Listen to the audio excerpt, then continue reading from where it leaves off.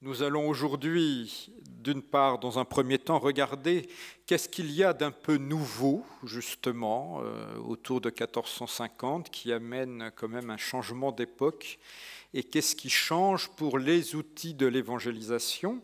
À partir de là, nous pourrons regarder ensuite comment au moins 2 ou 3 personnages, Ignace de Loyola, Charles Borromée, François de Sales, mettent en œuvre ce Concile de Trente et donc change un certain nombre d'éléments, ou en tout cas adapte un certain nombre d'éléments de l'évangélisation à cette nouvelle situation.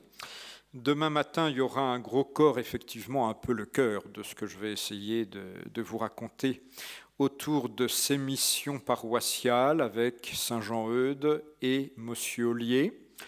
Je dirais d'ailleurs très simplement que vous m'avez obligé à lire des livres et d'autre part, je vais vous partager très gratuitement mes dernières lectures au gré des dernières publications, j'allais dire un peu intéressantes en hagiographie ces temps derniers, grâce à tout cela. Et puis demain après-midi, ça sera peut-être un peu plus conclusif, mais en tout cas de regarder quand même ce rapport entre la mission intérieure dans notre pays, ou en Italie, je déborderai un peu sur l'Italie de temps en temps, et puis cette mission extérieure, je vais le dire tout de suite en introduction, mais qui devient un élément fondamental de notre période, quelque chose sur les catéchismes, avant de finir sur une sorte d'évaluation à l'échelle de la France. Qu'est-ce que ça a donné de faire autant de missions sur à peu près un siècle? Que s'est-il passé? Qu'en est-il resté, entre guillemets?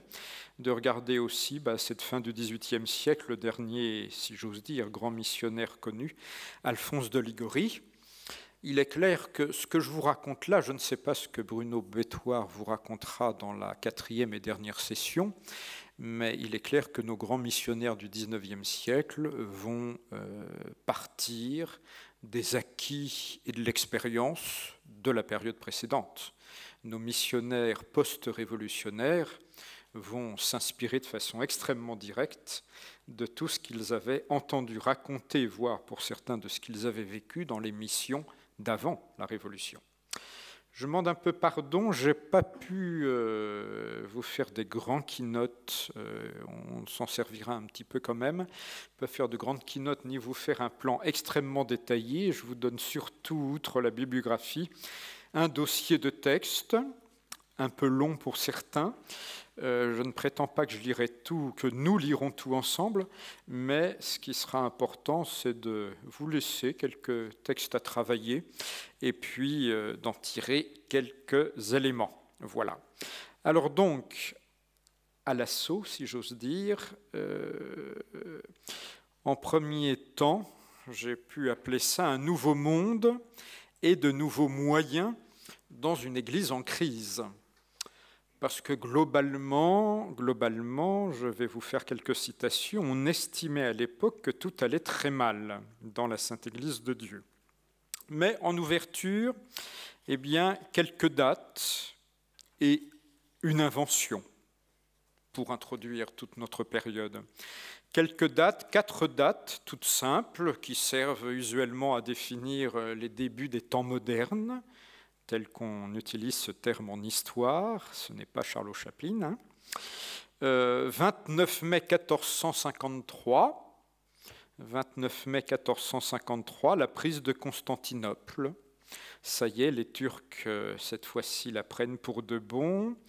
On se stabilise dans un empire ottoman d'un côté et un Orient désormais musulman, même si des chrétiens y survivent, bien sûr, mais et un autre Occident latin.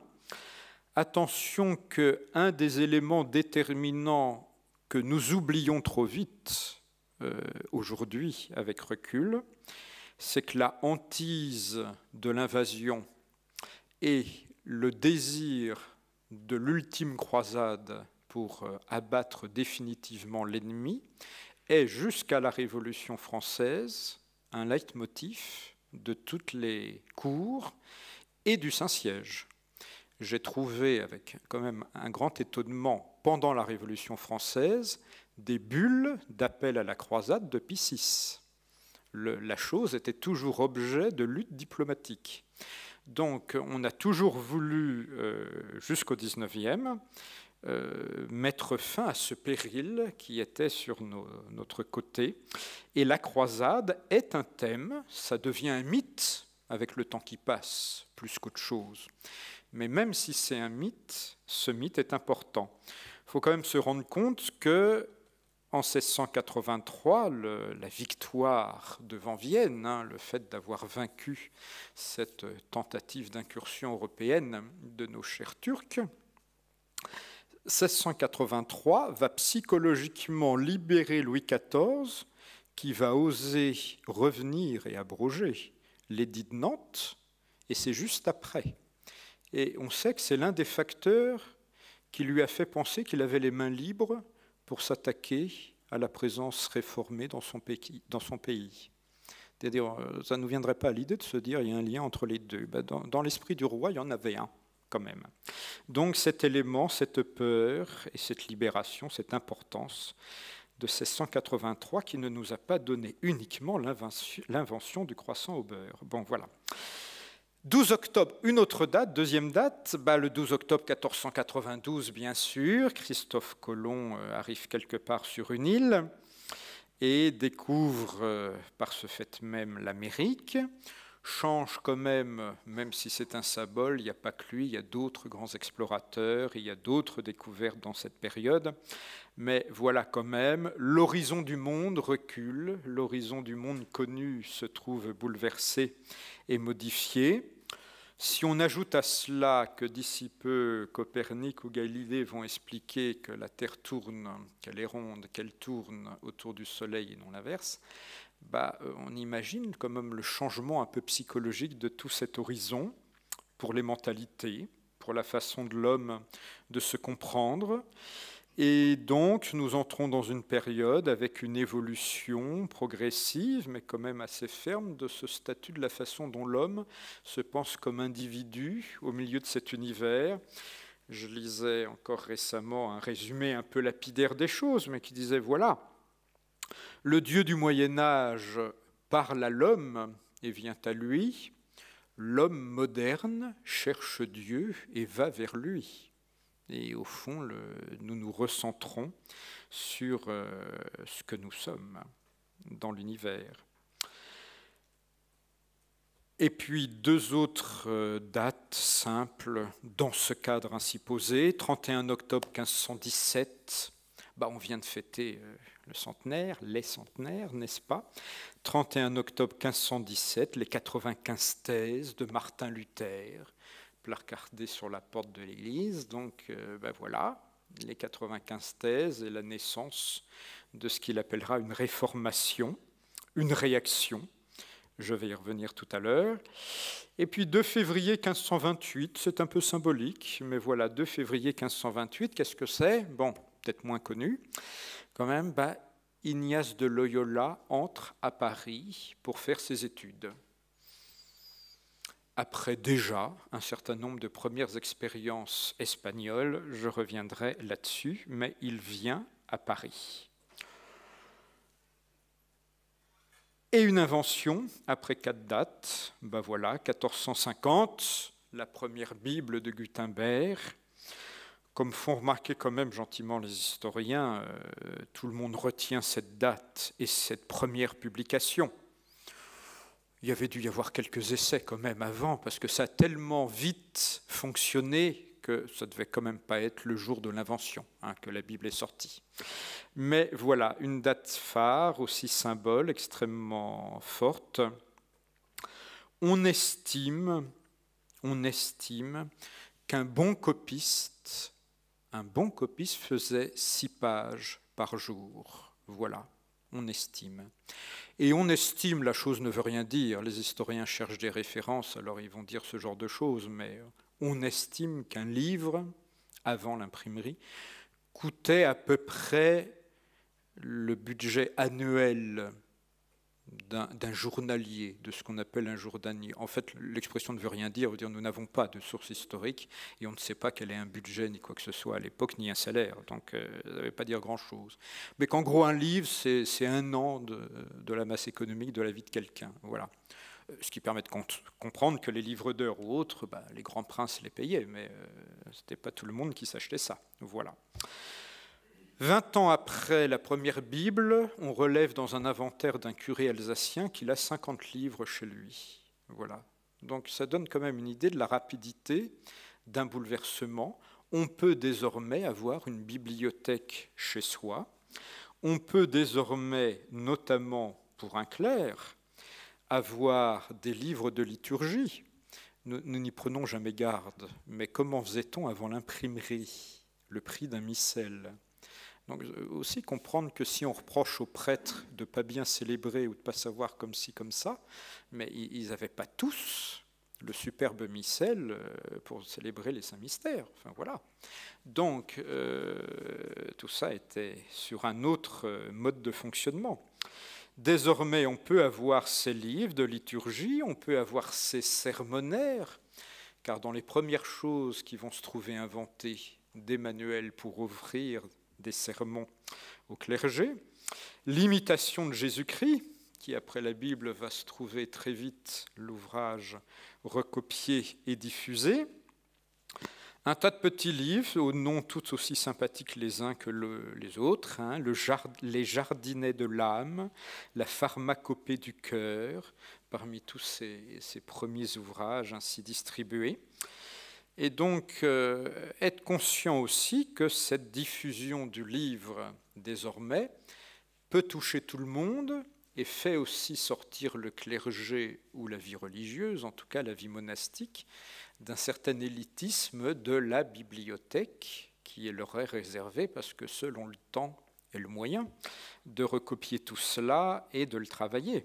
Désormais, on peut quand même globalement s'acheter ça. Je ne dis pas que tout le monde a eu des livres, attention. Mais voilà. En tout cas, l'invention se répand comme une traînée de poudre. Il va y avoir pendant quelques années un quasi-monopole allemand de l'imprimerie. Mais très vite, ce monopole va céder, n'est-ce pas? À partir de 1480, l'imprimerie se répand dans toute l'Europe.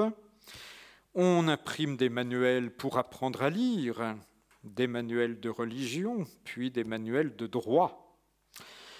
On estime que l'imprimerie n'a pas forcément répandu des idées nouvelles ou révolutionné ce monde de toute la pensée d'un coup, mais ce qui est clair, c'est que ça a élargi la base de tous ceux qui travaillaient et réfléchissaient. Évidemment, on relie toujours cette invention de l'imprimerie avec l'humanisme. L'humanisme. Un humanista, à l'origine, dans la langue italienne, c'est un professeur de grammaire, tout simplement, un grammairien. Et puis, Erasme va élargir la base. Il définit l'humanisme. Les hommes ne naissent pas hommes, ils le deviennent. Alors voilà que l'on va répandre des bibliothèques, des contenus qu'on va pouvoir rediffuser, y compris les pères, en dehors de l'écriture sainte. En plus de l'écriture sainte, il y aura des polémiques sur l'art d'apprendre ou pas le grec, l'hébreu, de se lancer dans les langues anciennes, et ainsi de suite. Alors, c'est gentil de donner ces dates et de définir un peu ce spectacle, mais tout cela intervient dans quel état de notre Sainte Église de Dieu? Eh bien, dans ces années-là, il faut dire ce qui est, un certain pessimisme domine. Alors, éternelle querelle et discussion d'historiens, évidemment, nous avons surtout comme source aujourd'hui les commentaires et les critiques de ceux qui, à l'époque, ne sont pas contents, trouvent que tout va mal et le disent haut et fort. Est-ce qu'au fond, c'était aussi dramatique que ça? On peut quand même supposer, vu l'influence rapide de Martin Luther et d'autres modèles de réforme, que réellement, il y avait une aspiration à remettre les choses dans l'ordre, à changer des choses. Qu'est-ce que nous pouvons trouver pour nous remonter le moral, n'est-ce pas?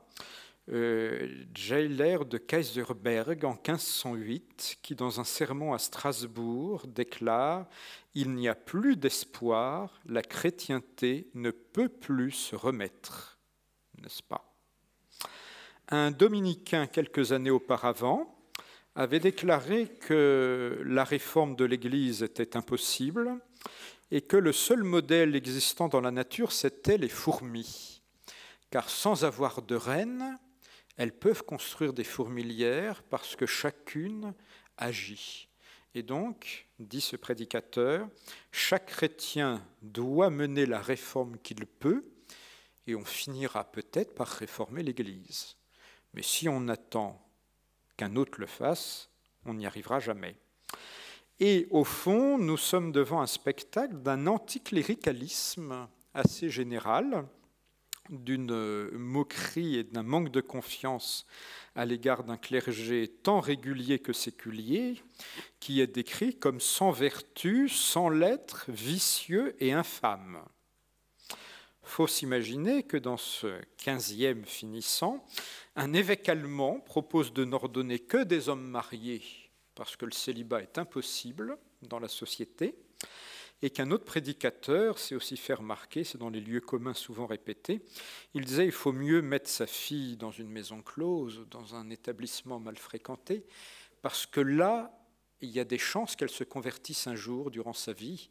Si on la met dans un couvent, c'est raté. Elle ne se convertira jamais de sa vie. Voilà.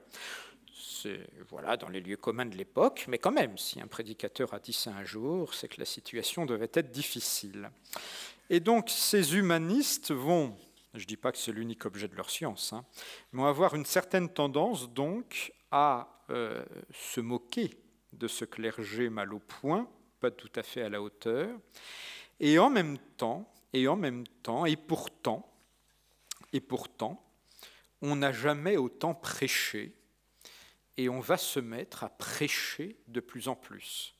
C'est-à-dire que très curieusement, au moment où l'on invente l'imprimé, où l'on va pouvoir répandre la parole de Dieu et l'enseignement de l'Église en le diffusant avec un nouvel outil extraordinaire, on va également pouvoir diffuser par écrit ce que l'on prêche, et on va pouvoir prêcher encore plus, et on va pouvoir d'ailleurs influencer par l'écrit ce que l'on prêche. C'est-à-dire qu'il va y avoir un jeu entre ces deux éléments, parce que prêcher, évidemment, ce n'est pas nouveau. Les mendiants le font depuis des siècles, oui, et à ce moment-là, on a quand même aussi lutté contre des hérésies, il y a eu de grands prédicateurs, on a déjà de grands saints dans ce domaine, mais voilà que l'on prêche encore plus, j'allais dire, plus la cause paraît désespérée, plus les prédicateurs se lancent dans l'aventure. À tel point aussi que, grâce un peu à l'imprimerie, les ordres mendiants, les franciscains et les dominicains et franciscains de toutes sortes, parce que voilà qu'apparaissent les réformes des franciscains, ces ordres mendiants vont perdre un certain monopole quand même de la grande prédication qu'ils avaient auparavant. Le clergé séculier peut se mettre à travailler plus facilement et à prêcher également. Et on découvre assez vite, au fond, que l'objet de cette prédication est de conduire au sacrement de pénitence, comme on dirait aujourd'hui, de conduire à confesse. Alors attention qu'en cette première période dont je parle, le confessionnal en tant que meuble n'existe pas dans les églises. On sait que le prêtre est au milieu de la nef, qu'il est assis là, et s'il est là, c'est pour qu'on aille le voir et que l'on prête un peu plus d'attention à la pénitence, n'est-ce pas ? N'oublions pas que cela fait au moins 5 conciles successifs du Latran, durant lesquels on a espéré une réforme, et qu'au 4e concile du Latran, n'est-ce pas, on a enseigné que tout bon chrétien devait au minimum se confesser à son curé et communier pour la fête de Pâques. Quand j'étais curé, je me faisais un devoir de le rappeler au moins une fois pendant le carême, que le canon, je ne sais plus combien, du concile de Latran IV n'a jamais été abrogé. Donc nous sommes toujours sous cette consigne. Bon. Quand l'imprimerie est inventée, entre nous soit dit, voilà, 30% au moins de la production imprimée représente entre guillemets ce qu'on peut appeler le clérical, c'est-à-dire ce qu'utilisent des prêtres, a priori. Voilà. Mais le livre de piété va aussi se répandre auprès de toute la population. Voilà, voilà. Repensons, pardon. Voilà, voilà.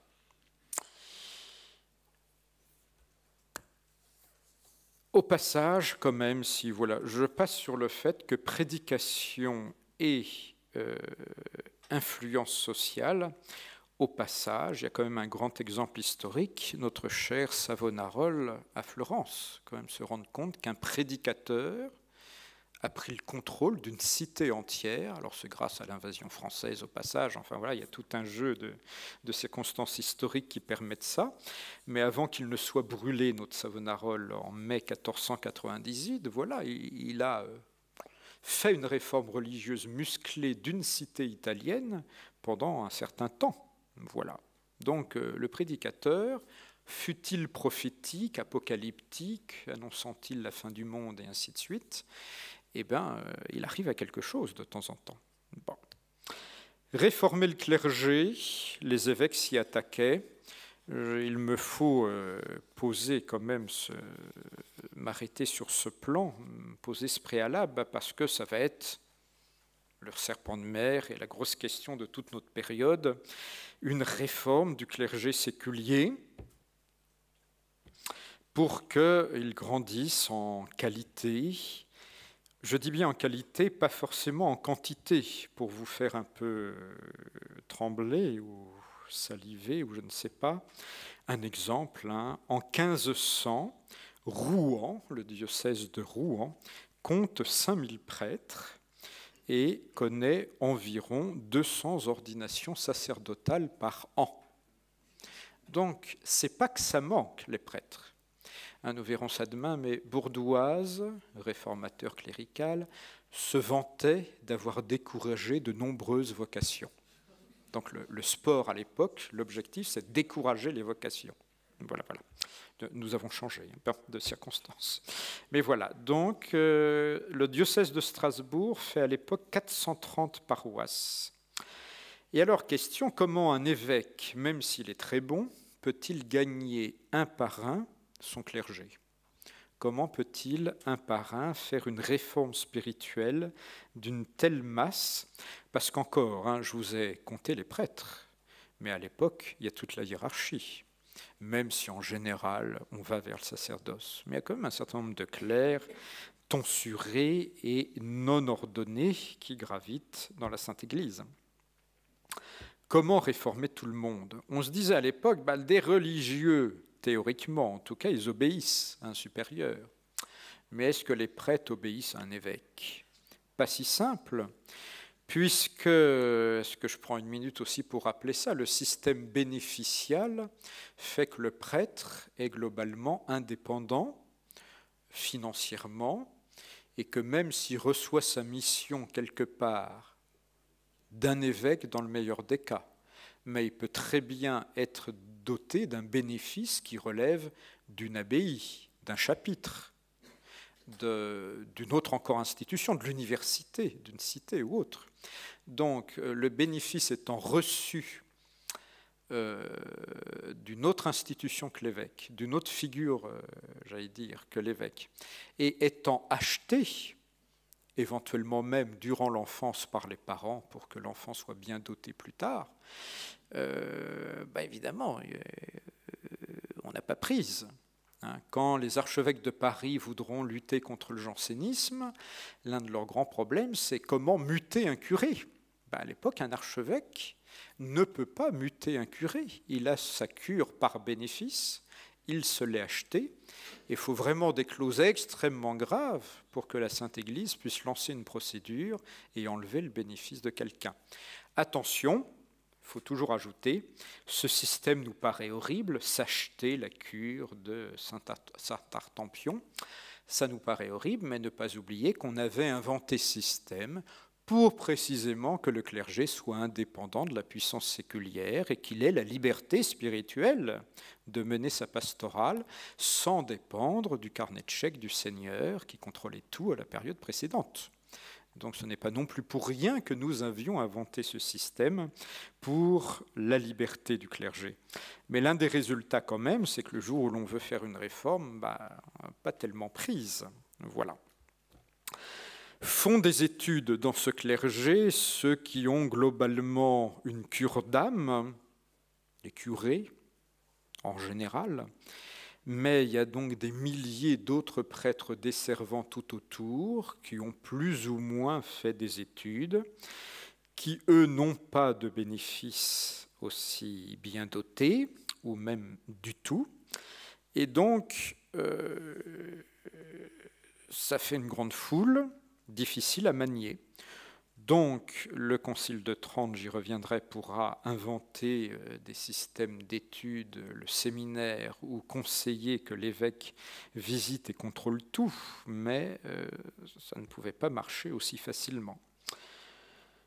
À l'époque, aussi, dans la présentation générale, une soixantaine d'universités dans l'Europe latine. On en crée des nouvelles encore dans cette époque. Il y a une réelle passion de l'éducation, n'est-ce pas? Il y a une volonté d'organiser tout cela.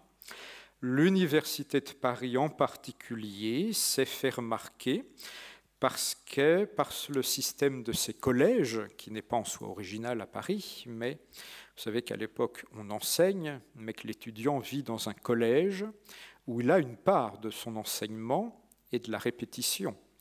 Et dans l'Université de Paris, on ajoutait des sciences par collège. Donc, on apprenait encore plus de choses et d'une façon encore plus personnalisée, plus adaptée. Il y avait tout un système d'accompagnement de l'étudiant qui faisait donc de Paris un lieu recherché, ce qui peut expliquer, entre autres, qu'un Saint-Ignace a l'idée d'y monter, n'est-ce pas? Donc, au milieu de cette période, une figure tout à fait emblématique, Martin Luther. Pourquoi? Parce que c'est un prédicateur, tout simplement, qui va publier. Je veux dire, il a le génie d'être au bon moment. Nous avons de Martin Luther 2000 sermons, 2600 lettres, ses cours qu'il donnait. Il peut dire en 1522, Luther, rappelle, meurt en 1546, né en 1483, mort en 1546, Luther écrit en 1522 « Je pense que j'ai fait une réformation. D'abord, je le cite toujours, j'ai poussé les papistes vers les livres et en particulier vers l'Écriture sainte.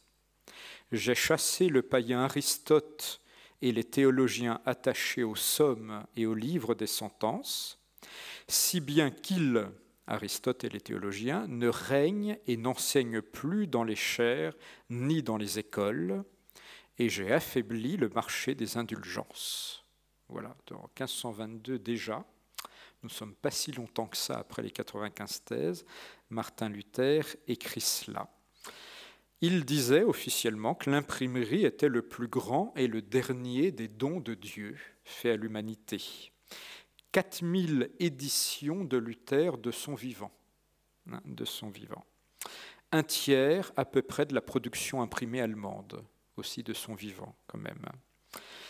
S'il utilise le latin contre Rome, il utilise aussi la langue allemande, traduit la Bible dans une langue accessible, il publie en 1522 précisément le Nouveau Testament et la Bible en 1534. On estime qu'avant même sa mort, un Allemand sur 70, le mot allemand ne veut rien dire à l'époque, vous me le pardonnez, mais soyons simples, un Germain sur 70 a le Nouveau Testament de Luther avant même sa mort. Vous allez dire c'est dérisoire. Par rapport à avant, non. Plus c'est catéchisme, plus c'est cantique, les images qui sont diffusées et les prédicateurs. En 1519, vous voyez, je suis même avant, qu'est-ce que je vous ai dit, les 95 thèses, 1517. 2 ans après, 600 livres de Luther circulent en France, d'après Je ne sais pas trop comment certains arrivent à faire ce genre de statistiques, d'ailleurs, entre nous soit dit. Mais enfin, c'est ce qu'on lit chez les historiens compétents, donc ça doit être vrai. Bon. Il est connu à l'université, où il a déjà son influence, les voyageurs, les étudiants allemands, livres, prédications chez nous. Dès 1525, les autorités religieuses en France sont inquiètes de l'influence des prédicateurs utilisant la pensée de Luther. Le premier centre protestant pour la France, ce ne fut pas Genève, attention, ce fut bien Strasbourg, première communauté de mode très évangélique, inspirée par Luther. Mais ce qui va se passer en France, c'est qu'un certain modèle luthérien de la communauté va être aussitôt remplacé par l'influence de Calvin et le modèle de l'organisation calviniste avec les consistoires, les synodes, les pasteurs et les communautés locales, n'est-ce pas, la célébration de la Seine. La première confession de foi française réformée est de 1559. Voilà, juste avant, il y a eu la paix d'Augsbourg, qui a quelque peu figé le schéma de cette influence de la Réforme sur les terres germaniques. Alors, en face, comment réagissons-nous? Si j'ose me mettre dans le clan catholique quand même, bon, oui. Attention qu'avant, ou dans ces années-là,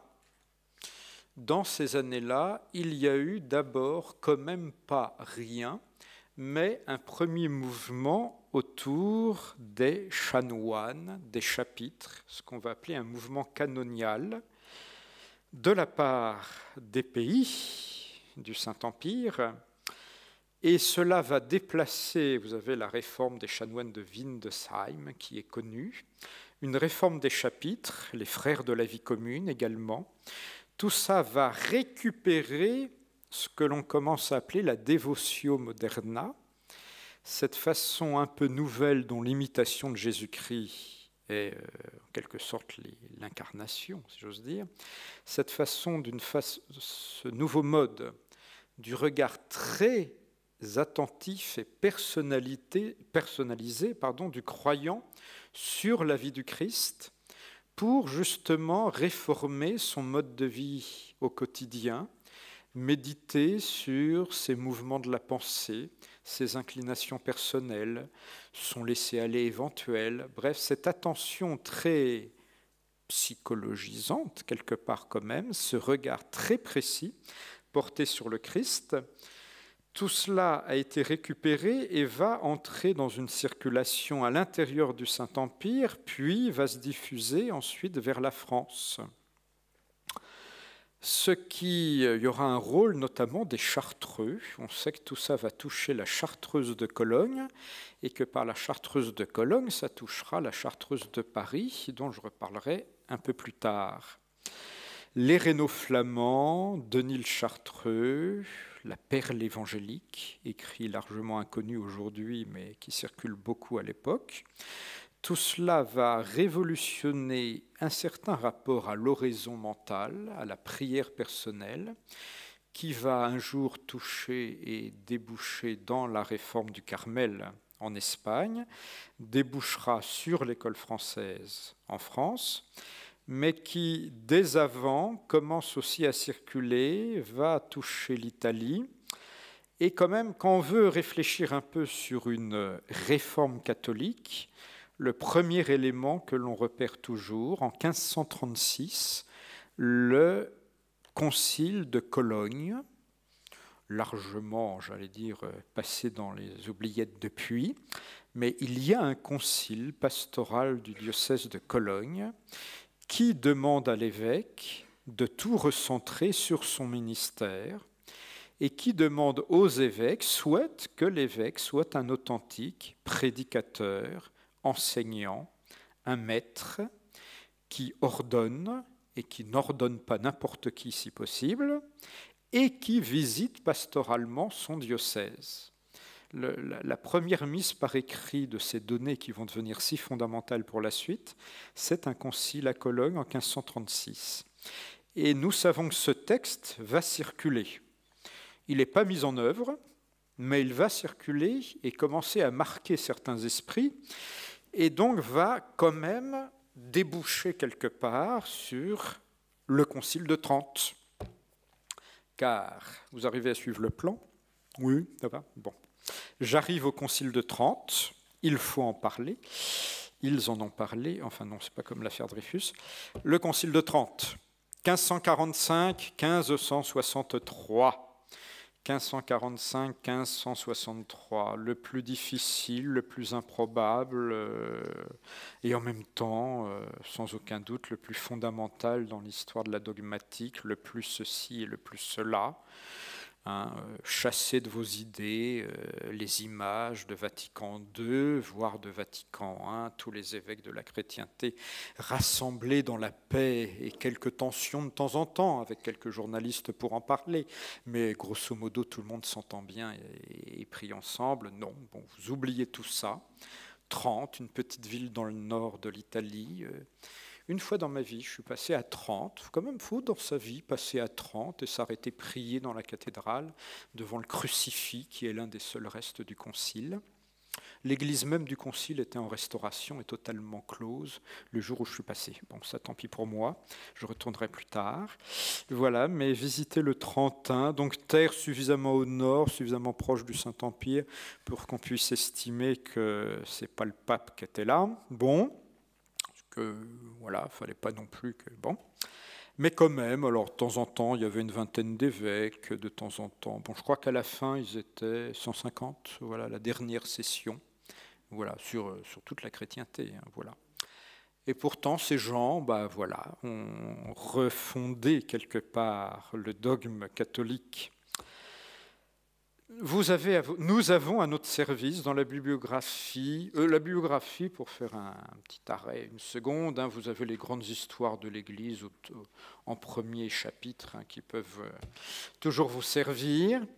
Je vous remercie, grâce à vous, j'ai repotassé mon histoire du christianisme. Voilà. Parce que c'est tellement énorme qu'on l'a dans sa bibliothèque quand on est historien pour faire bien. Il faut quand même confesser qu'on ne la lit pas tous les jours. Bon, voilà. Mais alors, je vous mets aussi un peu plus bas John O'Malley. C'est le jésuite historien à la mode en ce moment. Je pense que la mode va finir par passer un de ces jours. Mais voilà, il a fait une très belle histoire de Vatican II. Je veux dire, aujourd'hui, si on veut lire une histoire de Vatican II en 400 pages bien faite, pas trop d'erreurs de date. J'en ai quand même trouvé une ou deux en le potassant.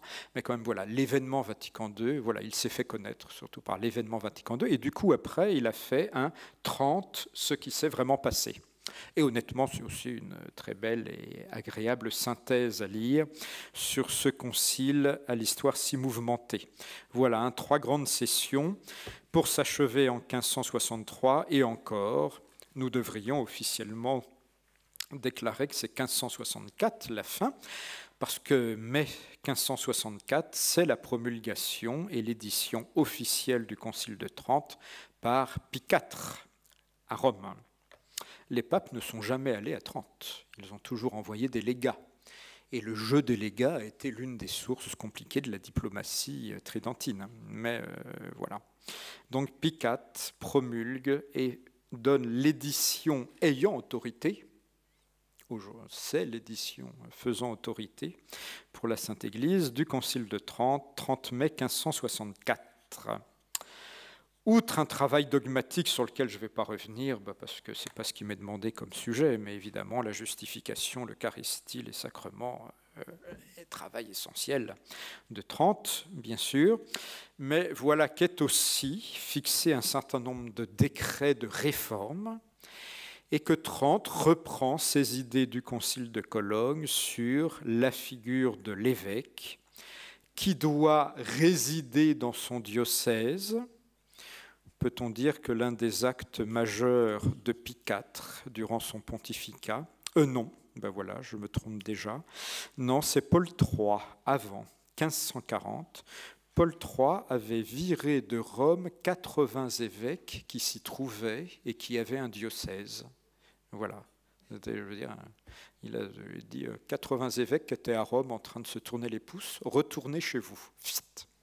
Donc le devoir absolu de l'évêque de résider dans son diocèse, le devoir absolu de visiter son diocèse, de faire des visites pastorales, d'en faire un rapport régulier à Rome, et Trente, d'une certaine façon, invente la visite ad limina, qui restera lettre morte comme invention jusqu'au XIXe, sauf les Italiens. Les Italiens iront à Rome, mais vous imaginez bien que les autres, non.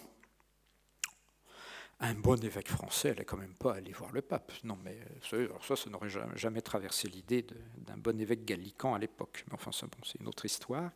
Mais donc, la visite ad limina, les synodes diocésains ou provinciaux. On commence à l'époque à parler de synodes diocésains et de conciles provinciaux, comme on parle de conciles œcuméniques, tout ça est très aléatoire dans le vocabulaire, mais quand même. Tous les 3 ans, faire le devoir à un évêque de réunir son clergé tous les 3 ans et de prendre des décisions pour faire progresser la situation du clergé et le peuple chrétien tout entier. L'ordre également, l'impératif donné à un évêque de veiller au catéchisme dans son diocèse et autant que possible d'en rédiger un sur le modèle de celui qui sera fait pour le Concile de Trente. L'ordre de donner un catéchisme diocésain et l'ordre, par le biais des visites pastorales notamment, de veiller véritablement et très concrètement à la célébration du culte catholique. Il a le devoir d'inspecter les sacristies et de surveiller comment les prêtres célèbrent et ce qui se passe. Et Trente même rentre dans certains détails sur l'art chrétien. Nous pourrons revoir ça tout à l'heure, mais un art qui doit être décent et catéchétique et transmettre la foi. Étant clairement posé que l'évêque a pour principal adjoint les curés, Trente révolutionne aussi d'une certaine façon la définition de la cura animarum, du soin des âmes, dont un curé remplit l'office pastoral. Et on peut dire que même si c'est sur un plus long terme, il y a une petite révolution pastorale effective opérée par le Concile de Trente, même si déjà avant les curés ont la responsabilité du soin des âmes, bien sûr, mais Trente déplace quand même le curseur pour faire véritablement dans la vie du prêtre, faire de la fonction pastorale la première de ses fonctions, alors qu'avant on aurait peut-être mis plus en premier l'intercession et la célébration, j'allais dire, pure et simple du culte, la figure du prêtre médiateur et intercesseur, la célébration de l'office, les messes pour les âmes. Tout ça, bien sûr, reste, et solennellement, le purgatoire et compagnie, solennellement redéfini aussi à Trente. Mais quand même, on commence ce déplacement du curseur, on pourrait dire que la fin du déplacement, c'est à Vatican II, mais qu'il y a le début du déplacement de dire non, la cura animarum elle-même est la première mission du pasteur, première mission du prêtre. Et en conclusion de cette première présentation, un personnage qui est au cœur, au centre de cette évolution, la figure de Charles Borromée, n'est-ce pas, le pasteur tridentin par excellence, le Saint-Évêque, figure, oui, qui a quelque chose d'un peu, j'allais dire, miraculeux aussi dans l'histoire de l'Église, parce qu'il avait tout, a priori, pour ne pas être le grand évêque réformateur que l'on attendait. Saint Charles Borromée, né en 1538 et mort en 1584, 38-84. Il avait tout pour ne pas être le grand réformateur dont l'Église avait besoin. C'est très dangereux de naître dans l'une des plus grandes familles de l'Italie du Nord, les Borromée. Quiconque a visité le lac Majeur, Milan et compagnie, se rend compte en voyant les palais de ce que c'est que les Borromée. Enfin voilà. Bon, donc c'était un Borroméo. Il est tonsuré à 12 ans et on lui achète tous les bénéfices qu'il faut puisqu'il n'est pas l'aîné de la famille. Mais manque de bol, l'aîné va mourir. et à peu près dans le même moment, Tonton devient pape. Voilà, ça c'est très dangereux à l'époque d'être le neveu du pape. Ça lui permet d'être cardinal en 1561 à 23 ans. Or, c'est là que va se jouer ce moment singulier, c'est que le frère aîné meurt, il devient chef de famille et toute la famille le supplie d'abandonner la tonsure, l'état ecclésiastique pour prendre la direction de la vie familiale. Voilà. Et, en tout cas, que s'est-il passé autour de tout ça? Après, je n'entre pas dans les détails, mais non, il va décider un beau jour que administrateur de Milan, parce que c'était une des choses qu'on lui avait mis sur les épaules, c'est bien. Cardinal neveu, c'est bien, il va jouer ce rôle. Alors, petit jeu des dates, il est donc contemporain de la fin du Concile de Trente. Il va, comme cardinal neveu, jouer un rôle dans cette fin du Concile de Trente, mais il va prendre au sérieux tout cela et le mettre en œuvre, et finir par quitter la cour romaine. Cardinal neveu, à l'époque, c'est le secrétaire d'État, c'est le numéro 1 de la curie romaine. Est-ce que j'ose prendre le temps d'une petite ouverture de parenthèse dans les lieux communs quand même de la grande histoire pontificale? Le népotisme, c'est horrible, cette façon dont les papes, cette façon qu'avaient les papes de prendre toujours un ou deux neveux dans leur famille et de leur confier tout l'argent, toutes les responsabilités de la curie romaine et donc de l'État pontifical et ainsi de suite. Faut être, j'allais dire, plus respectueux que cela. D'abord parce que ça a au moins donné un saint. Enfin, il y en a quelques autres. Il est clair qu'arrivé à la fin du XVIIIe siècle, mon héros Pie VI, c'est le dernier pape népotiste de l'histoire. C'est l'un des gros reproches que toute l'historiographie lui fait. C'est le dernier pape qui construit un palais dans Rome pour son neveu, qui prend de l'argent pour sa famille, et ainsi de suite. Bon, le dernier. Mais se rendre compte aussi que tout le monde sait très bien dans l'État pontifical que le pape est élu dans le collège des cardinaux, que son règne aura fatalement une fin, et qu'à la fin de son règne, ça sera entièrement fini pour lui, bien sûr puisqu'il sera mort, mais pour ses proches et pour sa famille. Et que dans ce système qu'est le souverain pontificat, certes qui est le successeur de Pierre, mais qui est aussi très concrètement à l'époque un chef d'État et un rôle diplomatique dans la chrétienté, évidemment. Dans ce système, de qui le pape peut-il être sûr? En qui peut-il avoir une confiance absolue?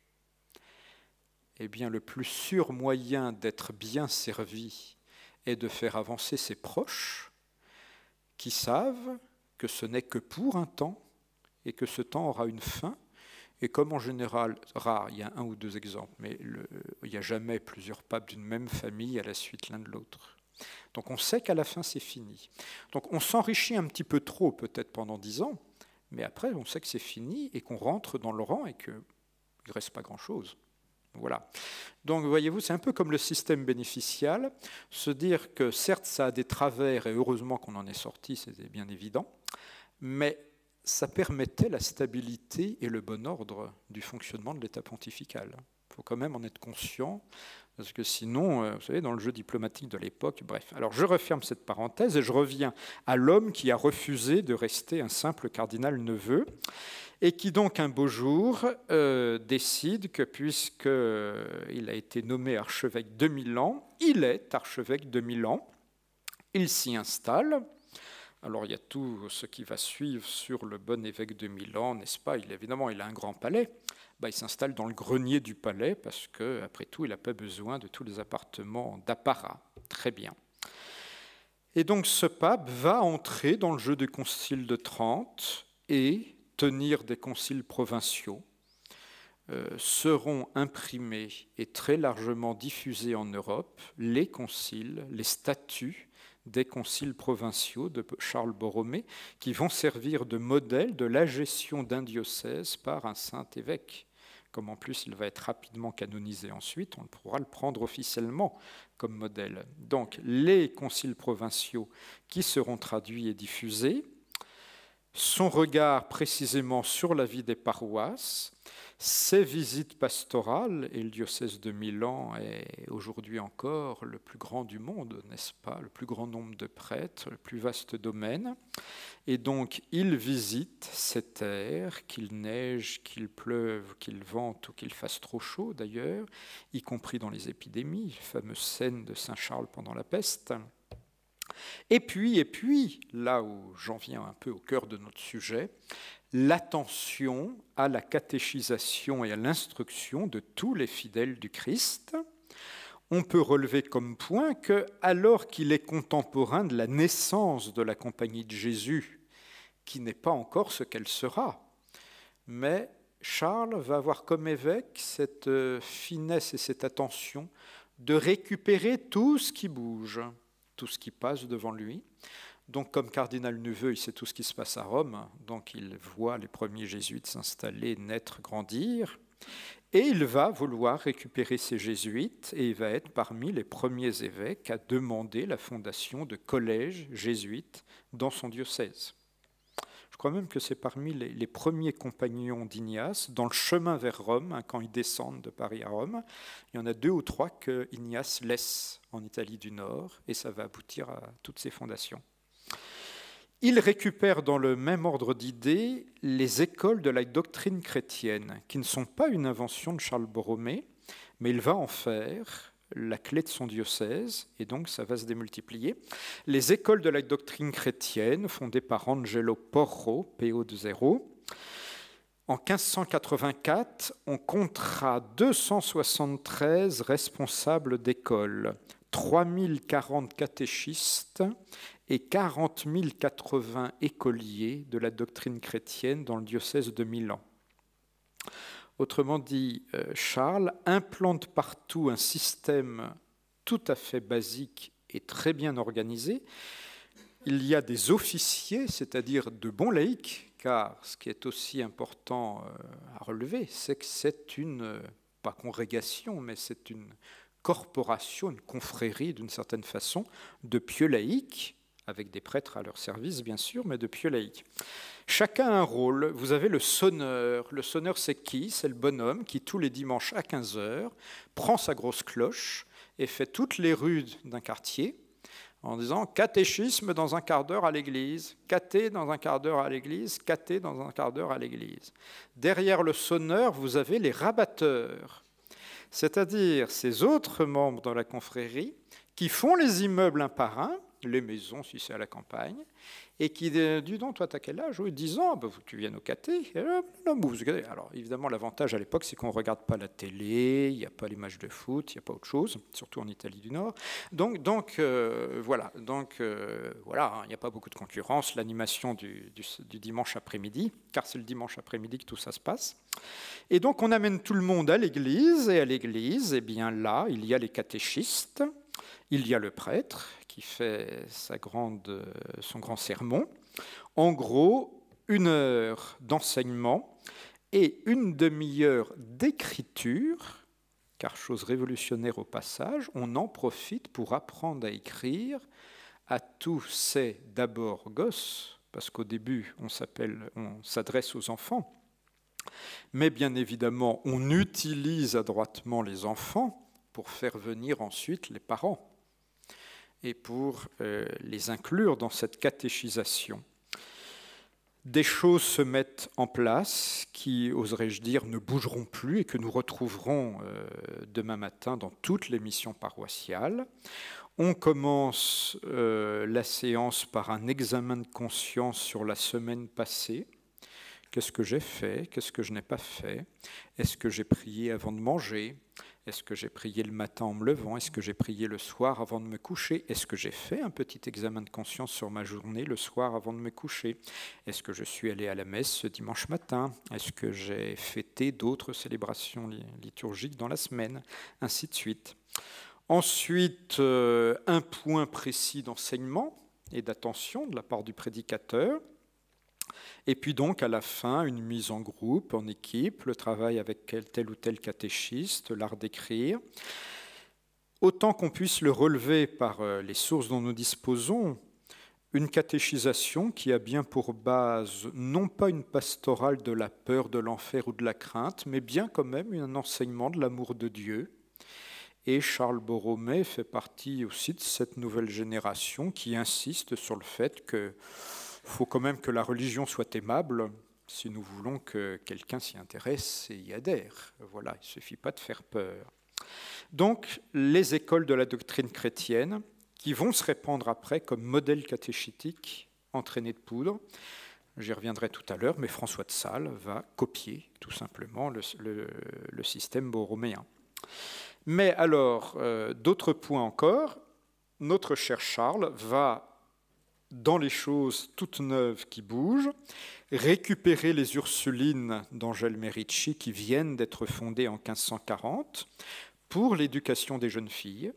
Et donc, il va implanter les Ursulines dans tout son diocèse pour veiller à l'éducation des jeunes filles. Ces écoles du catéchisme, je crois, à la base, étaient mixtes.